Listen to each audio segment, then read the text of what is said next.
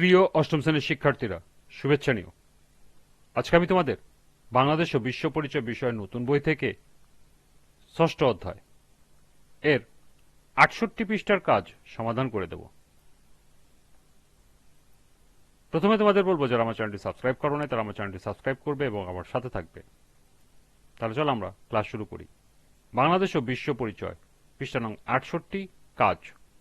মাটির প্লেট থেকে চীনামাটির প্লেটের ব্যবহারকে কি বলা যায়? তো চলো এখন আমরা এর সমাধান দেখে নিই। মাটির প্লেট থেকে চীনামাটির প্লেটের ব্যবহারকে সাংস্কৃতিক উন্নয়ন বলা যায়। সংস্কৃতি বলতে আমরা সাধারণত সমাজের মানুষের জীবনযাপনের ধারাকে বুঝে থাকি, অর্থাৎ সংস্কৃতি হলো আমাদের জীবন প্রণালী।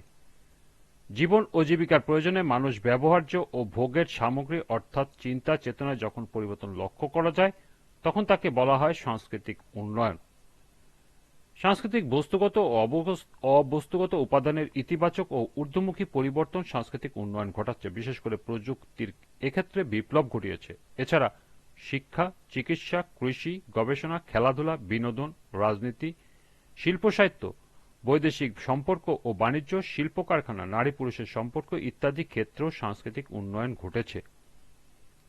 মাটির তৈরি পাত্রগুলোকে মৃৎপাত্র বলা হয় এবং চীনামাটির পাত্রগুলোকে চীনামাটির বাসন বলা হয়।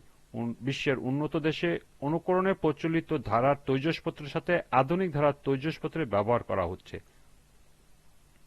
মাটির প্লেট থেকে চীনামাটির প্লেটের ব্যবহার যুগোপযোগী করা হচ্ছে।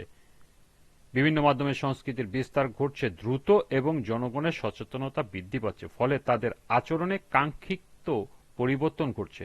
এটি একটি সাংস্কৃতিক উন্নয়ন। সুতরাং বলা যায় মৃৎপাত্র বা মাটির প্লেট থেকে চীনামাটির প্লেটের ব্যবহার একটি সাংস্কৃতিক উন্নয়ন। এই ছিল এই কাজের সমাধান। আজকের ক্লাসটি এ পর্যন্তই।